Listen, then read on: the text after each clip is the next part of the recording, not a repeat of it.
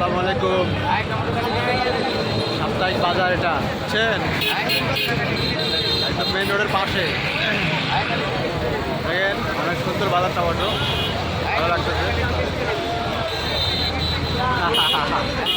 লাউ লাউ, এই লাউটা কিন্তু 30 টাকা বুঝছেন, একদম খাঁটি গ্রামের বাড়ির লাউ।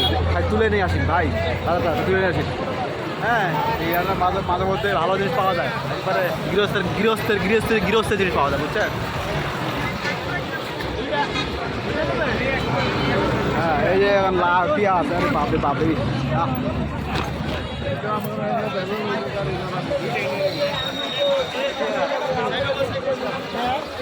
বাজার আর বাজার। হ্যাঁ,